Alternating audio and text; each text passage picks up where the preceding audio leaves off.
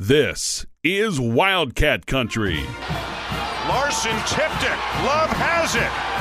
Lewis slams it, and Arizona wins it. The inside scoop on the Arizona Wildcats. It's Gunnar Maldonado. He's got blockers. Touchdown, Arizona. Ladies and gentlemen, it's time to bear down.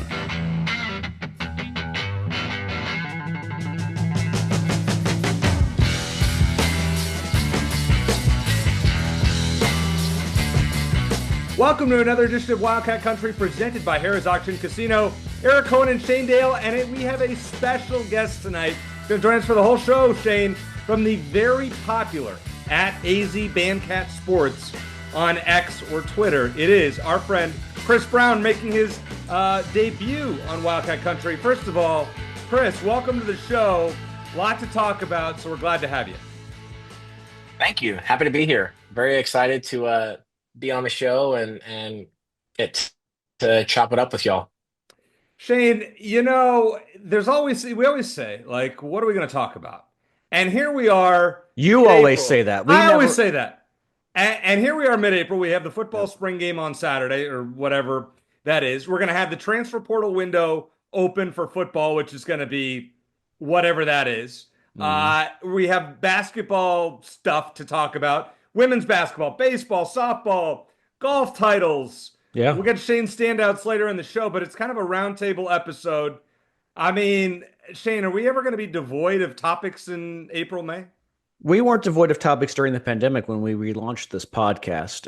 And you know, we had some guys on to shoot the breeze to talk about their playing days, mostly football guys. And then when football season started up, sort of, we wish it hadn't, but it did rid us of Kevin Sumlin. But no, we are never sure whether it's actual games to recap or to preview or coaches coming and going. Say what you want about the transfer portal and NIL, but it gives us more stuff to talk about during the offseason as well. So never a dull moment. And Chris, welcome. And hope you enjoy your first appearance. Hopefully it won't be your last. Let's get right to it. It's buy or sell. And we're going to start with Chris on this one. Number one, if Carter Bryant decides to come back, Arizona basketball deservedly should have its highest preseason expectations since DeAndre Ayton was here in 2017, 2018. Are you buying that or are you selling that? I'm buying that for sure. I think this past year we saw the roster evolve under Tommy Lloyd just from a toughness perspective that we haven't seen before. And you're bringing back a lot of those high motor guys, right? Tobe is coming back. I think Big Mo is going to be much improved, right? Having a year just to grow, you know, get healthy, be back to 100% strength. JB, that guy, you know, just tough, hard-nosed dude who can get to the rim. And then you add potentially Carter Bryant coming back, right? And it's just an all-around great guy, solid player, even better person. And I think it just kind of rounds it out on top of the recruiting class that's one of the best in the country. Shane, I know you don't think Carter Bryant's coming back, and we'll be able to debate that probably for the next 6 weeks or thereabouts. But if he does, when you're sending me things on Twitter about Final Four tickets, you got to legitimately be excited about this roster, no? I'll be excited about the roster. You know, Final Four, I'll believe it when I see it. And last time it happened was when I was my second year in college. It was a long time ago. But yeah, I think the expectations will be very high. I think it's interesting because Arizona loses its best player in Caleb Love from last year. So I think you need to dial it back a little bit. And the thing is, you just expectations versus reality. We don't know how good Koa Pete's going to be. All the hype is there, but you never know. You know, always think back to Sean Miller's first class. The most heralded guy in that class, Kirill Netyaziko, was just, you know, And then different animal. The lowest. Animal. The lowest rated, I understand. The lowest rated guy, Derek Williams, ended up being a beast. So you don't know how that's all going to play out. But certainly you get Carter Bryant back. Mo Krivas, I agree with Chris, is huge. You know, Tommy Lloyd talked about how he might have been the best player on the team last season. I don't know about that. But still, you've seen the maturation of the big men under Tommy Lloyd and his staff with Koloko and Balo. And Awaka took a step forward. Henry Vasar certainly did.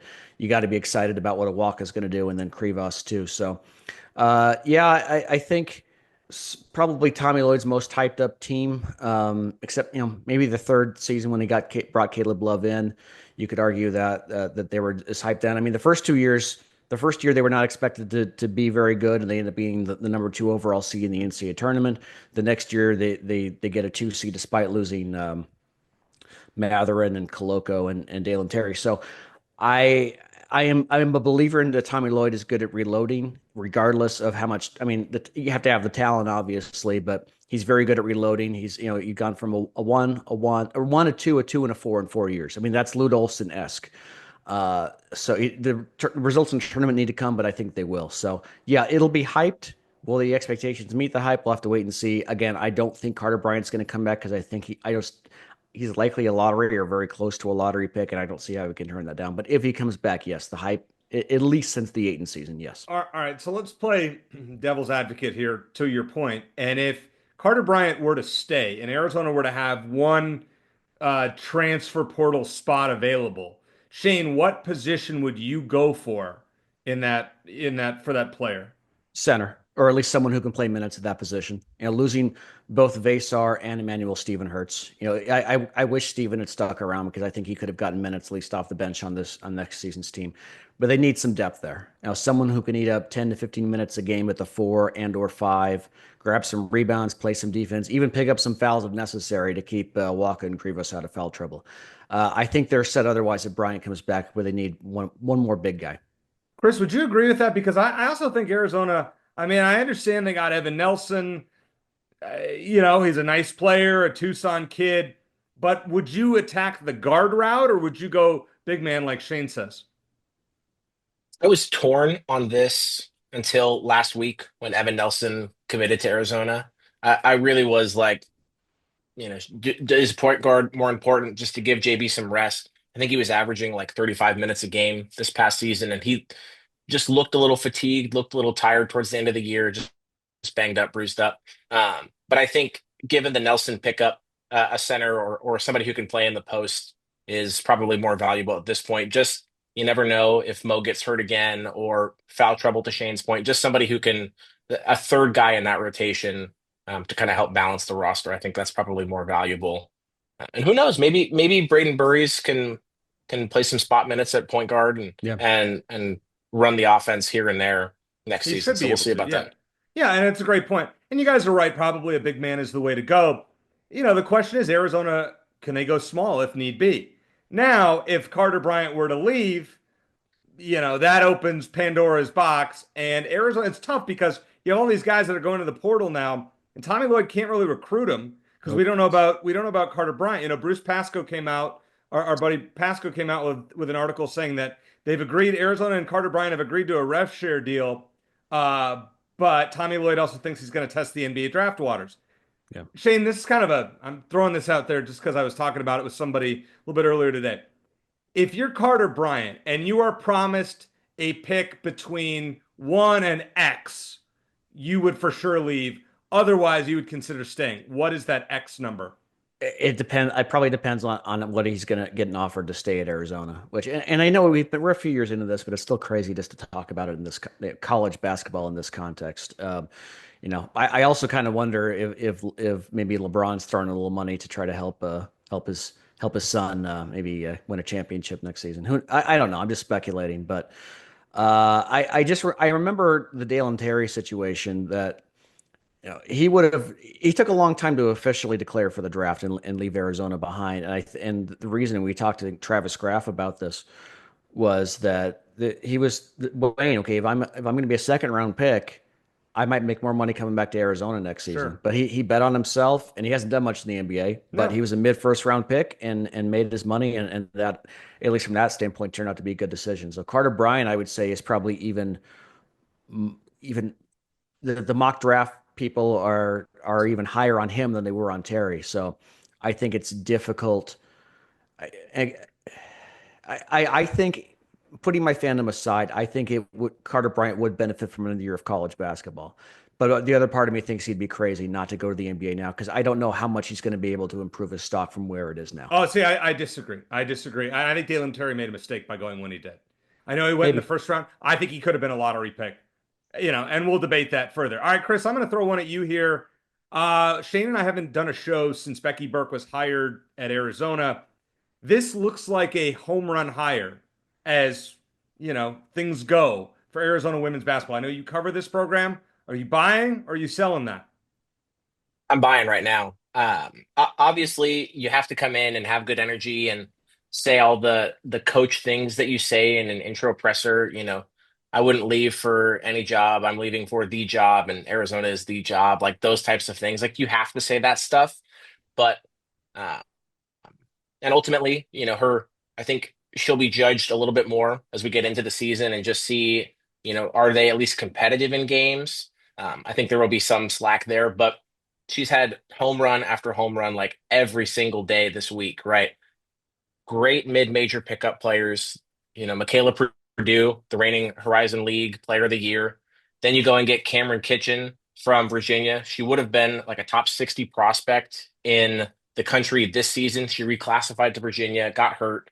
So they just signed GM today. I think that's sort of cutting edge in terms of women's basketball at the collegiate level. So I think she's doing all the right things, making all the right moves, and I think she's already done a good job of just connecting and engaging with Tucson. So That's a great way to phrase it. Shane, last week I said Arizona women's basketball is screwed. They're not going anywhere for years.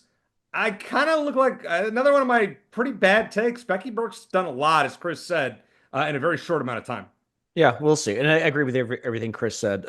She is the definition of a young up and comer, and for a program like Arizona, and people aren't going to like this comparison, but I think it's apt. On the ASU men's basketball side, they're kind of in the same situation. Is that they're not necessarily a marquee program. They went to the national championship game a few years ago, but they've sort of faded since then. And then you had to have to, like ASU did with Bobby Hurley, and I know that hasn't worked out very well for ASU, but they kind of had to take a chance with a guy who was at a mid-major, had a small sample size, but was shown as a winner. But Becky has more than that. She's only 35. She was on the Women's Basketball Coaches Association 30 under 30 list in 2019. She was the only head coach on that list. She went from Embry-Riddle Aeronautical University all the way to Buffalo. She's left every place she's been better than she found it. And some of the parallels are kind of interesting, just randomly. Buffalo just won the WNIT, just like the same as Arizona did in 2019. She went to the NCAA National Championship game as a player at Louisville. Arizona went there in 2021. But she knows how to win. She's been around winners, and she has left every place better than she's found it. I think she's going to do good things. Coaching in a power conference, different than coaching anywhere else she's been to this point, for sure. But she's already shown she can recruit, like Chris said. Like every day she's picked up it's not just like a filler for what's my first year. This is a player who could definitely be a starter in a power program. So she's shown she can recruit, and I think she'll have my prediction, my semi-bold prediction is I'll say within 3 years she'll have Arizona in the top half of the Big 12, maybe within two. I think she'll do well. Would you agree with that, Chris? yeah, I would agree. I had written something down a little bit earlier, just kind of going through, the past week. And yeah, I would agree. I think I wouldn't be surprised if Arizona is competing or in that upper tier of Big 12 teams in the next 2 to 3 years. That says something. And I was like, this Now, if program, we were still in the Pac-12 because the women's side, the Pac-12 is loaded. Yeah. Maybe it's a different story, but in the Big 12, I think they could compete sooner rather than later, especially with the transfer portal. Shane, is your Bobby Hurley comparison because Becky Burke and Bobby Hurley both came from Buffalo? Well, that kind of made me think of it. There's that comparison too, but I just remember like Bobby Hurley, I think was just a coach for 2 years there, same as Becky, and so you kind of have to take those chances. With ASU, it hasn't worked out that well. I'm not saying it's not going to work out well for Arizona. I'm just saying that when you're the kind of program that's you're good, but you're not top tier by any means. You have to sort of take those chances, and I think she was a very good hire. And the one word I would describe her right now is just energy. I mean, she really does seem like she goes a mile a minute, and it's very impressive. Now, The go ahead, Chris. Yeah. If I could just add one other thing, I think um, the like this is a DRF hire, and I think that will ultimately serve Becky Burke better than it did Adia Barnes, right? Like obviously there was tension between Barnes and Desiree, and that was public. um, pretty apparent to see. And so I think just the relationship Desiree has, her hire, her pick, I think all of those things will just make the the support, the interaction between administration and the coaching staff and the roster smoother, easier to facilitate all those kinds of things. So Yeah, and I agree. this was Desiree's first major hire at Arizona. I think it was her, I think, first hire. I mean, everybody else was still, Yeah, basketball. I think we're good for the time being. Knock on wood, the Tommy's not going anywhere. Football, we'll talk about that we'll here see. shortly. Yeah. Baseball, if continues on this trajectory, he's good. Same with Caitlin. Softball, so this was kind of her chance to make her mark. Now, Shane, I know you have a lot to say about this. I would love to form it in the form of a buy or sell question, but I'm not going to. I'm just going to say react to it. Adia Barnes last week said, if you look across the quote, if you look across the country, if you look at all the recent hires, they've all hired mid-major, underqualified people because they really don't care. Just go for it. Yeah, I'll start again, and I've said this many times, but for those who may be listening or watching for the first time, we've had Adia Barnes on this program multiple times, and she's been with her time. I interviewed her way back when she was with the Seattle Storm in the WNBA when I was at Daily Wildcat. And I respect her. I think she did a great job with the program. If I didn't know her better, I don't know her that well personally, but I feel like I know her a little bit. If I didn't know her better, I might think that was a personal shot of the person Arizona picked to replace her. And I don't know if it was. That might be my assumption. But, obviously she felt the need to backtrack because she apologized for the comment after she made it and tried to clarify, which, but beyond that, beyond just like that's just not something you say sort of thing. I just think it's not necessarily true. It's not factual. Like, look at Kim Mulkey and Don Staley, both of whom have multiple national championships. They both came from coaching mid majors. Okay. That's how it works. I mean, you look on the men's side, what happened with Florida. Yeah, I I think it came was from San Francisco. San Francisco, right? I think it was a silly thing to say, definitely insulting. I don't think that's who she is. I again like and respect what she did, and she did a great job turning the program around. But I think it is, if nothing else, I'll just say that it is definitely not yet indicative of the fact that it was time for Arizona and Adia Barnes to part ways. Chris, your thoughts on what Adia said and what Shane said? I completely agree with Shane. Adia was a tremendous supporter of the pep band while I was at school, and so I will always respect and appreciate her for that. Uh, there were often times where the basketball team would buy the band pizza or cupcakes or things like that after games or like after big events, and so she just was a tremendous supporter.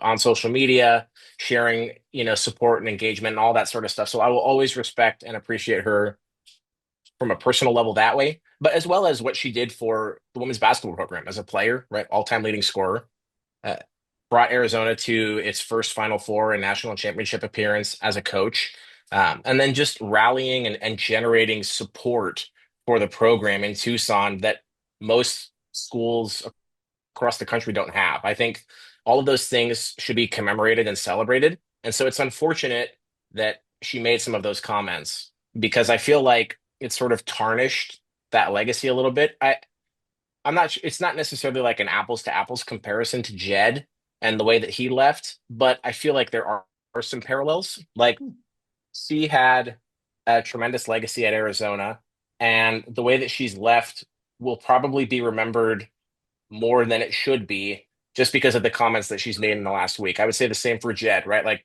people loved him for the most part while he was here. He did great things for the program, great recruiter, but the way he left tarnished his legacy at Arizona. So, um,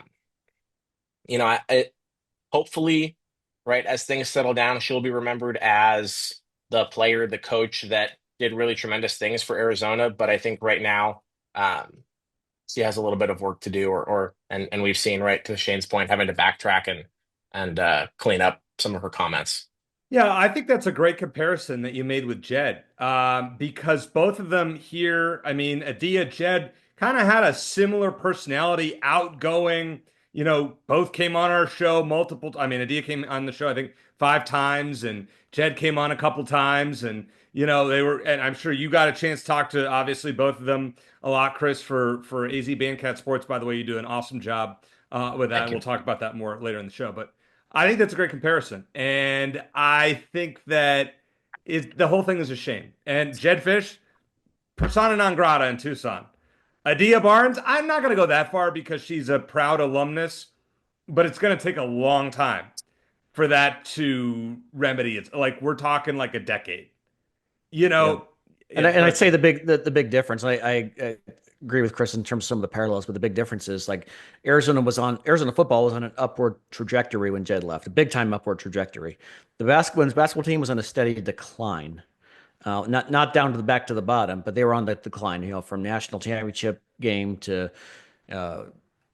second round of the tournament, first round of the tournament to not making the tournament at all. And there were some, you had a player who quit on the team and assistant coaches who left, and it just seemed like there was some animosity building there for a while. So again, that's why I feel like it was a split that was likely coming. Again, it's all speculation, but I certainly wouldn't be surprised if Desiree just said, "Look, well, we're not going to fire you, but we're going to give you the opportunity to look for something else." And I think that worked out okay. So, yeah, I'll still like and respect Adia. I mean, look, women's team got to the Final Four. Men's team hasn't been there in almost 25 years now. So that's that her legacy. I think ultimately would be a good one, but for now, it's kind of sour. But time heals. Time heals tends to heal those kinds of wounds. I gotta ask you guys about this one, and Chris, will start with you. It's kind of gross now when you see players on social media or announcing that they've re-signed is the term. We saw this with a few of Arizona's players this week, and it like gave me a disgusting feeling to read the words re-signed. Do you buy that notion of a disgusting feeling or not so much? Yeah, I think I'm not sure I would say disgusting, but it like makes my eye twitch a little, something like that. Like it's just not sitting right for me either. I don't know, like I don't know where I mean, well, I guess we all know where the language came from, right? But like does it have to be like so out there, so on the nose? I'm just not sure. Like we could just say that players are returning, players are coming back. Yeah. I I don't think we need to be so explicit with like they've re-signed. You know, I'm just not sure about that. But if we're going to use that language, then like let's just full send it 100%. Like let's do it like, when an NFL player signs a contract and like there's a picture of them in like a nice room, fancy desk, like pen to paper, like either all or nothing. I think that's the way to do it. Saying you have to re-sign players from your own team. The hell is going on with college athletics? Yeah. As soon as the laws were changed, we knew this is where it was going to be headed, unfortunately. I think the true spirit of NIL is you give student athletes a chance to earn sponsorships, or sell their own apparel like Sam Thomas did when she was at Arizona, or like Derek Queen at Maryland signed a deal with Dairy Queen. Obvious name, the name recognition. That's exactly what NIL is intended for. So you can get sponsorships, you can make names off your name, image, and likeness. But of course, what we have got, and it happened very quickly, is schools essentially flat out paying players to come play for them. Um, I don't like that. I think that it's kind of defeats the whole purpose of amateur sports. Again, I have no problem with student athletes. Like, we could talk about whether they need to, become actually employees and get a salary, if that's what needs to happen. And again, I think they should be able to make money off of their name, image, and likeness. But yeah, it certainly hasn't damaged the sport in terms of ratings. The Final Four did big numbers. The college football playoff is doing big numbers. So I don't think that's going to change as much as people want to complain about it. Um, but yeah, I don't like it. I don't like seeing it. It's just like I feel like I'll take it even one step further than what Chris said. I feel like if guys are coming back, I understand you kind of have to announce it to take the guesswork out of it. But if guys are coming back, just don't say anything. That's how it used to be. It's like there's no news unless they're leaving. And that's kind of how I liked it.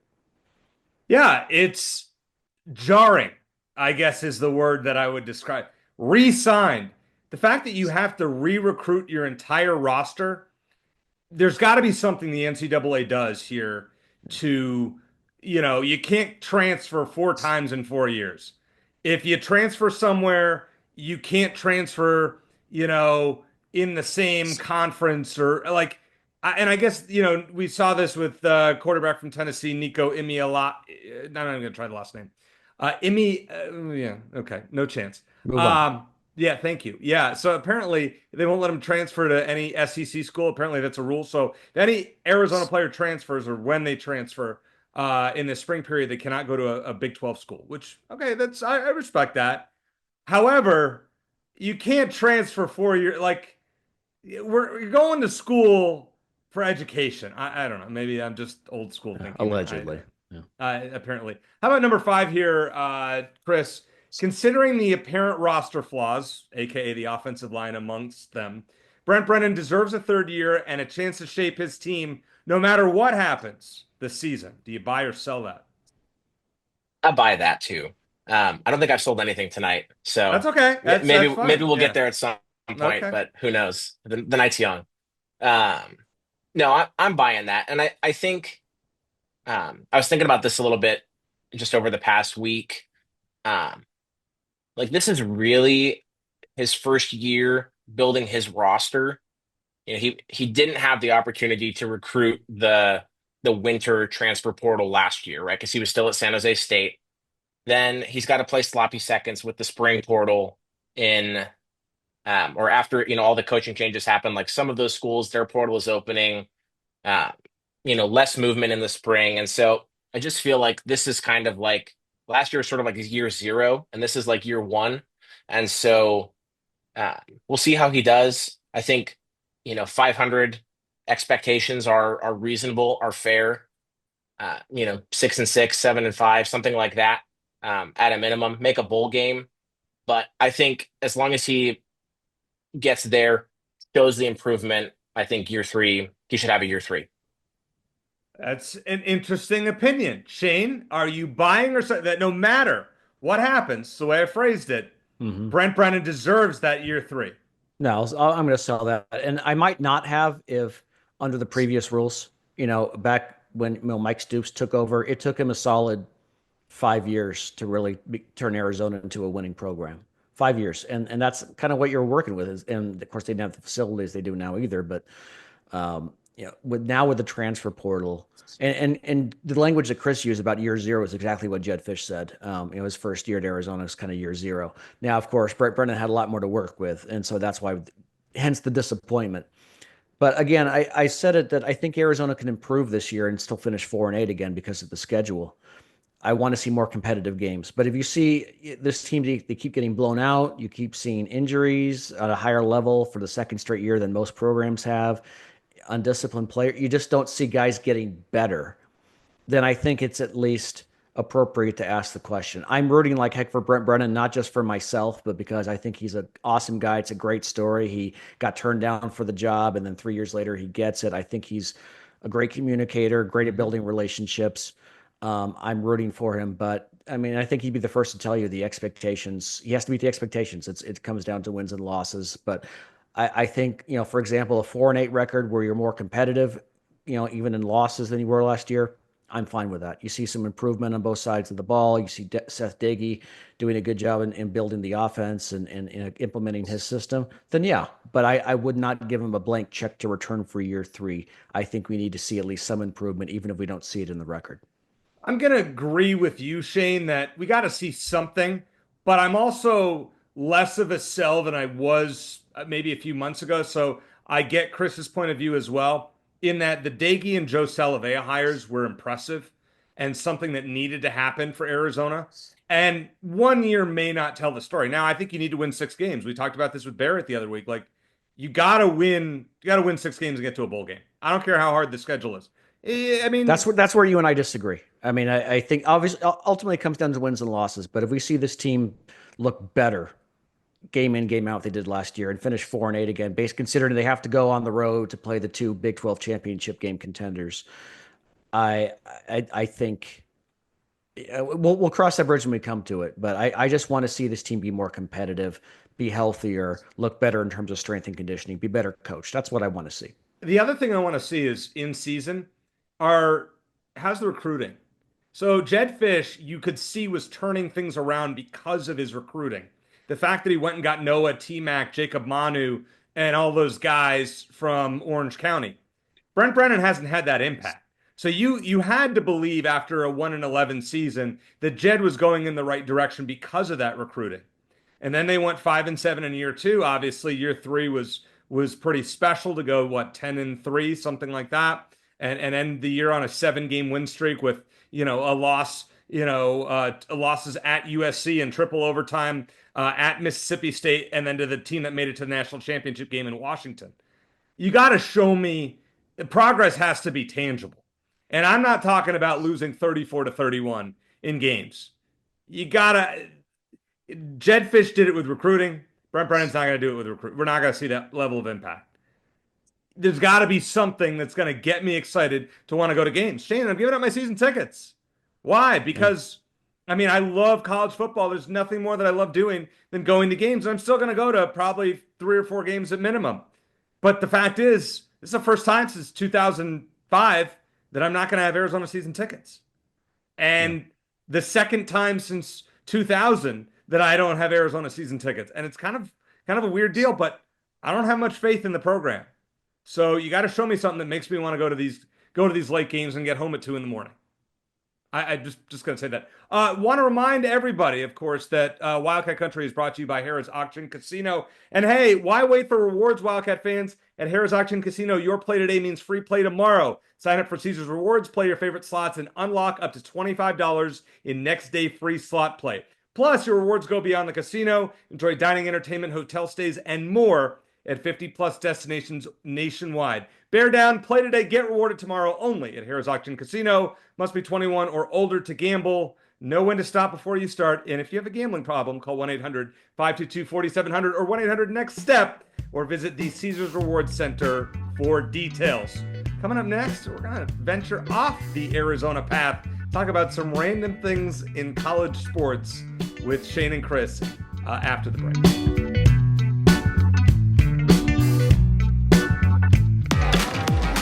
Discover more Play for All at Harrah's Auction Casino. Hi, folks. Here are your drinks. Where having fun means racking up reward credits with the Caesars Rewards loyalty program that can be redeemed for food, free play, hotel stays, and more. Not only here in the city of Maricopa, but also at more than 50 Caesars properties coast to coast. From Harrah's Las Vegas to Caesars Palace in Atlantic City. What are you waiting for? Play for All at Harrah's Auction Casino, the official sponsor of Play. All right, Shane, we've waited this long. There's a lot of standouts, I feel like, this week. What do you got for us? Well, Eric, since we're still basking in the afterglow of the Masters, and you know how much I love golf, but I will say, and I tweeted this out, I was thoroughly enthralled with what happened at the end of the Masters. We're going to talk about it. We're going to talk about it. Okay. Well, let's start with a little golf. So big shout out to the women's golf team. Got to start with them. They made a big comeback to win a playoff against ASU and Oklahoma State, to win the Big 12 championships at Houston Oaks on Thursday, just a few hours after, or since we're recording this. Speaking of names that are difficult to pronounce, I'm going to try it. Junior Nina Wongthanavamak, and I'm not going to try it again. She finished even par for the tournament to lead in Arizona individually. So big congrats to the ladies on that accomplishment. Chris, you don't happen to know how to pronounce that name better than I did, do you? No, and I'm not going to try. Okay, fair enough. I just want to make sure and you feel free to correct me if needed. Okay, and we're going to stay on golf for the second straight year. Filip Jakubczyk is the Western Intercollegiate Individual Champion. It's the first time in almost 60 years that someone has won that tournament in consecutive years. He shot 13 under for the tournament, 6 strokes ahead of the runner-up. So easy win, awesome achievement, and he got some TV time on NBC for his efforts, just like the ladies did earlier on Thursday. So very cool. Congrats to Philip. It's a little late in the week, and the baseball team just got its butt kicked by BYU, if you hadn't seen it, as we're recording this. But for the second straight week, I do want to mention sophomore Owen Kramkowski, who pitched 7 shutout innings in Arizona's win over Oklahoma State last weekend. Wildcats took 2 out of 3 in that series. Owen gave up 4 hits, 1 walk, and struck out 5 in the win. And that came after he came 1 out away from a complete game and a win at ASU. So he's on a roll. Wildcats had won 6 of 8 heading into the series against BYU. They lost the first one. Hopefully they can make it up. The tough thing is most of their toughest games are out of the way, which is good, but it also doesn't give them a lot of more opportunities to make their case to host in regionals. So not that much margin for error the rest of the way. And finally, softball team has won now 6 in a row. They swept Kansas this past weekend, and then they just got a big win over Texas Tech, which is in first place in the conference. Texas Tech have won 11 straight. And Wow. Arizona just ended that winning streak. Yeah. Wow. But going back to the Kansas series, I want to mention, because I try to shout out a different softball player every week because they have so many stars, especially in terms of hitting. Senior Paige Dimmler, she went 3 of 5 with a double, a home run, 5 RBIs in the final 2 games of that series against Kansas. She's batting .440 this season, or at least she was going into the Texas Tech game just ended. So that, like I said, huge 3-game series at Hellebrand against Texas Tech this weekend. Arizona has the best overall record in the Big 12. Texas Tech is still first in the conference at 14-2 now in Big 12 play. Wildcats are probably going to have to win, at least split the next 2 to stay in the title race in the Big 12. A sweep would be even better. It would definitely help solidify their own resume to host a regional when the postseason comes around. Those are my standouts for the week. That is an excellent list of standouts. Speaking of standouts, it's kind of separate, but I like to segue awkwardly. Chris, you've done a great job with AZ Bandcat Sports. Over the last couple of years, you have really turned into a source of information in the Arizona community. Just talk about why you got into that and how you've been able to build things. Sure. Uh, Similar to y'all, I started AZ Bandcat Sports during the pandemic. I jokingly didn't know how to be like a normal sports fan. I'd always been in marching band growing up, through high school and college, and so uh, not being able to go play at games, it was kind of like I need to do something more. I need to be more engaged than just a normal fan. And so, like in the early onset of AZ Bandcat Sports, it really was like it was more gimmicky, more of like a super fan kind of thing. Like I had this U of A blazer that was like covered in block A's, and I had this cowboy hat that I would wear to games and all that kind of stuff. And I don't know, I just fell in love with the journalism aspect of it, the ability to kind of help foster a community, share information with others. And so it just has evolved since then. Uh, um, Folks across the media have been incredible partners and incredibly helpful. You both have. I've reached out to both of you before on X and Twitter, and just questions about X, Y, and Z, or I need some advice, or what's the best way to navigate this. There's so many other folks in the Tucson media that have done the same for me. Um, and so I've just been so appreciative of the journey along the way. Everybody is always there to extend a hand and kind of show me the path. So it's been great. And I believe you, if people go follow you on X, your pinned tweet is your national TV appearance from like 2017 when you remember the band still. Yeah, on my personal account, it is. That was the Foster Farms Bowl when Oh, that's right. Arizona That was played your Purdue. that was your personal account, not the AZ Bandcat. That's right. That's right. Yeah, But I mean, it's interesting that you've been able to build this brand, and you did it from kind of with a different spin. And I have a lot of people who will send me actually, when there's Arizona news, and Shane does a great job with the Wildcat Country page. P.S. That's all Shane. I've never done anything with that.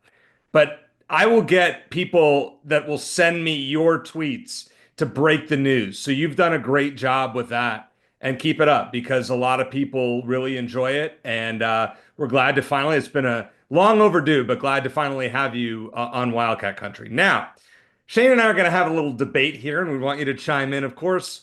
I believe, and Shane, I know your dislike of golf, and I absolutely love golf. It's one of my favorite It's not sports. a dislike; it's more just a disinterest. I'll put it that way. It is my take on it is when it comes to sports, there is no greater theater in sports than a close race, let's say, in a major, specifically the Masters or U.S. Open on a Sunday. Now, Rory McIlroy's on Sunday was an all-timer. But if you weren't to say golf being the most compelling, throw your teams out of it. No Suns, no Arizona teams, no Wildcats, nobody's involved. What sport with just 2 random teams is most compelling in a championship scenario, Shane? Well, I'll first of all, I'll say again, I'm not a big golf fan. I did get a chance when I was at ABC 15 to cover the Phoenix Open one year, and the end of that was a lot of fun because it went to a playoff. I think it was Hideki Matsuyama who ended up Yeah. winning the playoff. So that was fun. And I will admit, I was not going to watch the end of the Masters until I saw it was getting very close, and then like by the end, I was standing and yelling at my TV about what was happening. And so. I will give you that the in terms of the theater. I mean, because it just comes down to moments. I mean, just like they have 5 minutes to think about this one little putt they got to make or shot they got to make. But in terms of team sports, I absolutely, and we're about to it's about to come up again. Even though my Coyotes are gone now, the Stanley Cup playoffs I absolutely love because they are unpredictable. They can go to multiple overtimes, and I think the theater in the Stanley Cup playoffs. I think you can actually see the players take their game up a level in the playoffs, which I don't know you really see necessarily, except with the exception of the Stars, you see in other sports. So Game 7 last year between the Oilers and Panthers, I loved. Will Connor McDavid get his first Stanley Cup championship? And he didn't. But the NBA, it's not what it used to be. Super Bowls more often than not aren't that great. The World Series I think can be very interesting. I mean, obviously, I was a Diamondbacks fan. Game 7, Diamondbacks Yankees. Cubs Indians for me was. Oh, yeah, gosh, that was probably the best one I've ever seen. I put that ahead of Diamondbacks Yankees because just for the history in going into that. So it's possible, but yeah, I would say you think about individual sports, golf in that instance, the Masters, Rory McIlroy, basically telling the whole story of his career in a single round of golf was remarkable. I think sometimes when you get that in tennis as well, when it's very close and guys trying to get over the hump, win their first major title. But yeah, I'm not going to argue with you. The theater in a very entertaining Masters, when you're like, especially with a guy like McIlroy, it's like the one thing he hadn't done and he finally did it. It was something else. I'll give you that. Imagine if you had a bet on it and stood to win some money. There's a ticket on my Twitter page that you can see that I put up for my Sportsline. That was stuff. very subtle. Yeah, very subtle. Chris, what do you think? What's your Shane's answer was great, and I actually asked a few other people about this today, and both of them actually surprisingly said hockey and agreed with Shane. So, what would you say is the most compelling? Take your favorite teams out of it. What sporting event gets you two random teams where you're like, I have to watch this? Yeah, I'm gonna out myself here a little bit. I'm not really a golf fan. I'm Sure. disinterested in golf as well. Um, I think I kind of like the idea of like individual sport versus team sport. I think that's maybe a good place to draw the line. I'm just sitting here like thinking about it, uh, like the shootout style of play in either like in college football when you get to overtime and you're just trading like scores, that can get so exciting if both teams are just firing one after another, or when you get down to like penalty kicks in soccer. I think either of those super fun, just the anticipation, right? Like one, one throw, one kick can make all Yeah. the difference, for a game where you fought so hard against each other. It's a good point. Yeah. I was thinking back to the last World Cup. I mean, usually I am a soccer fan. Most World Cup matches aren't extremely interesting. The last one between France and Argentina was off the charts in Yeah, it was very good. Yeah. I'm gonna throw So- another one at you, Shane. No, not Arizona. USA, Canada, in that Four Nations. Oh yeah. Yeah, the other month. I mean, Well, that the had some- timing on that too, because the political and economic Right. tension between the countries. You couldn't script that any better in terms of the intrigue.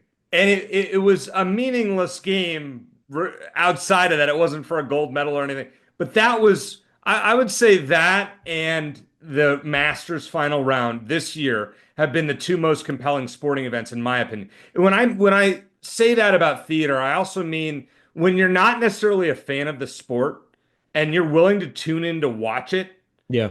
I think that at both the Masters final round with the McIlroy and just the twists and turns. So I wanted to ask you about that. I also want to ask you guys about Colorado. And so Dion has and Colorado have announced that they're retiring the jersey numbers of Travis Hunter. Okay, guy won the Heisman Trophy, fair. And Shedeur Sanders, who I believe was one game over 500. as Colorado's starting quarterback. Chris, do you have any thoughts on this? Is this a good move by Colorado or absolute absurdity? I'm going to go with the latter here. Uh, And I just, yeah, I get Travis Hunter, right? I think he is a unicorn type player, somebody who, we haven't seen, play both sides of the ball at the level that he did in a very long time. Um, but yeah, I just don't get it for Shadur. And I think maybe I'm equally held up by just the timing of all of this. Like doing it during their spring game makes zero sense to me. Like put aside the fact that you're going to retire their numbers. Do they deserve it? Yes, no. Uh, what's the rush? Jokingly, like, is this like a one more accolade to put before the draft next week? Like, don't forget, Shadur's number was retired at Colorado. Like, I'm not sure I understand the timing or what the rush is to do it before a regular season game in the fall. So, I think they wanted to have them both there before they're drafted because odds are they wouldn't be able to do it on the same weekend. But this is the absolute absurdity. All right, Shane, have at it. Well, like no, a number of people pointed out, like if I'm Cordell Stewart or Eric Bieniemy, I'm kind of wondering what the hell right now. Um, Beyond that, my thought was, is this more like some sort of recruiting marketing effort by Colorado, like come here and be great and get your name retired or number retired? Or is it more just Dion wants what he gets? And I think it's probably more the latter. I think at this point, because I actually thought Dion was going to leave after year two. I'm kind of surprised he's still there, honestly. Yeah, same. And I think at this point, if Deion Sanders wanted to rename the field there, Shedeur Sanders Field, they probably would have no choice but to do it. So I think it's more in that camp. It's silly. I mean, I don't know how much more there is to add, but look, here's the thing. Deion Sanders is very good about getting people talking about him and his program. And that's what we're doing right now on an Arizona Wildcats podcast. And of course, that's a microcosm of what's happening on a national scale. So there is that. But yeah, it's silly. I do feel bad for some of the players who came before who probably like what's going on. I can imagine how they feel about it, but I think this is all about the more success Deion Sanders has there, the more stupid stuff like this is going to happen because either they say no, then maybe he leaves, and then Colorado goes back into the basement. So I feel like Colorado's athletics department kind of feels like their hands are tied in this situation. The first thing I would do if I was a new coach at Colorado is unretire the number two because it doesn't really deserve it. All right, last one for you. I want to throw that out here.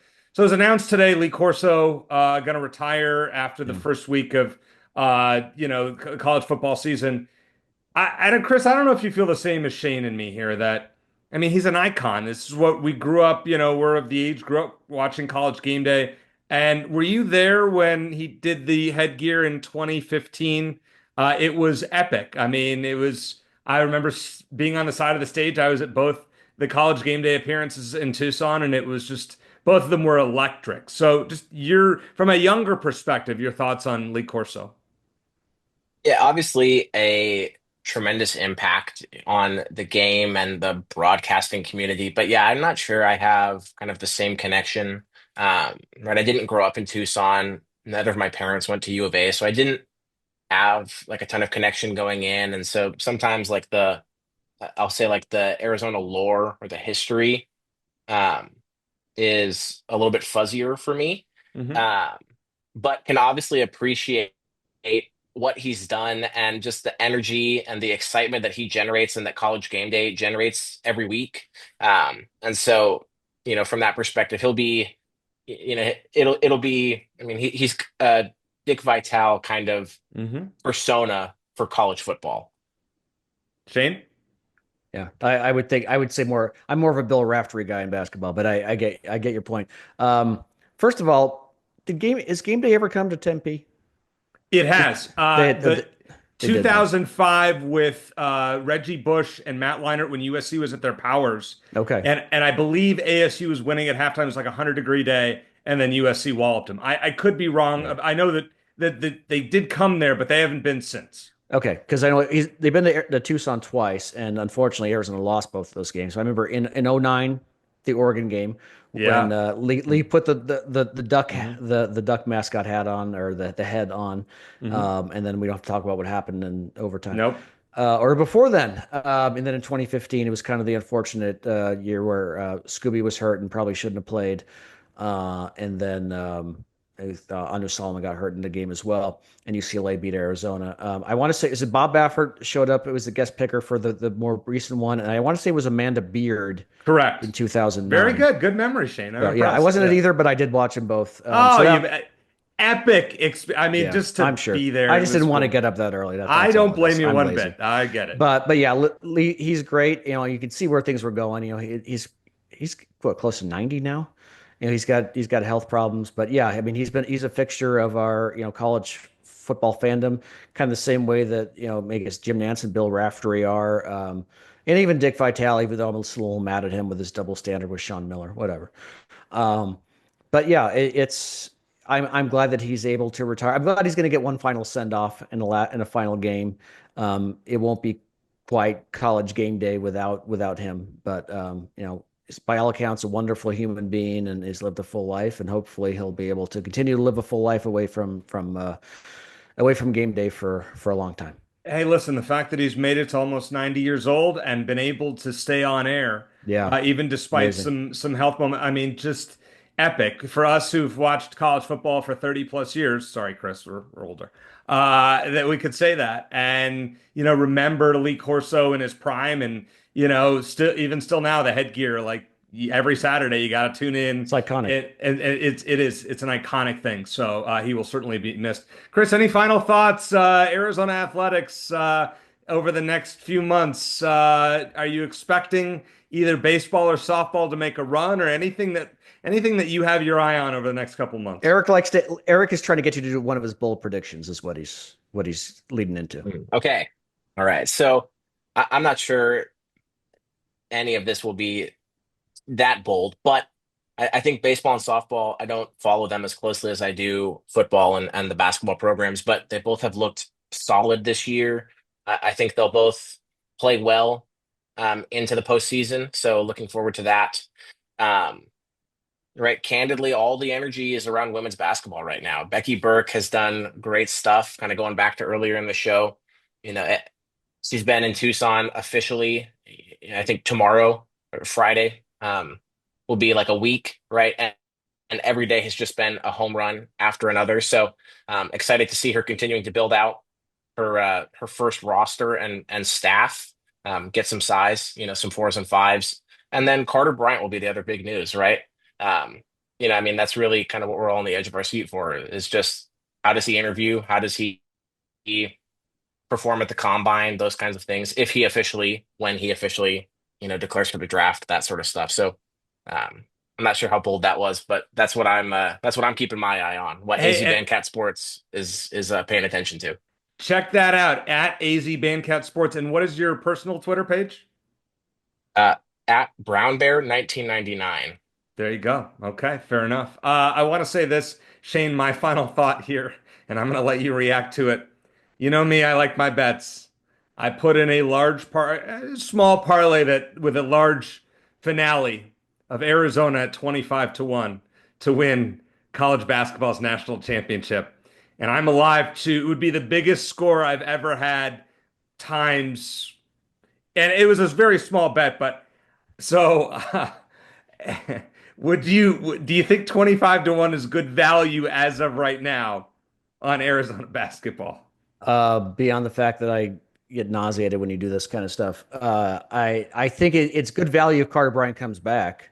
If not, then probably not. You're kind of hedging, I guess, because I don't know. It's a $25 bet. Who cares? Yeah, whatever. Yeah, no, that's fair. By the way, Chris, is 1999? Is that the year you were born? Okay, that was the year I graduated from high school. So that's just one more way to make me feel old as we wrap up this episode. But no, like Eric said, we appreciate you joining us. You've been awesome, and we'll definitely do it again soon if you're willing. Absolutely, I really appreciate it. Big fan of the show, and so just appreciate the opportunity and appreciate your guys' support on X and kind of across socials and all that stuff. You guys have been great. Chris, thanks again. It was great stuff. And as Shane said, we'll have you on many more times. So for Chris Brown and Shane Dale, I am Eric Cohen. Thanks for listening. And as always, bear down.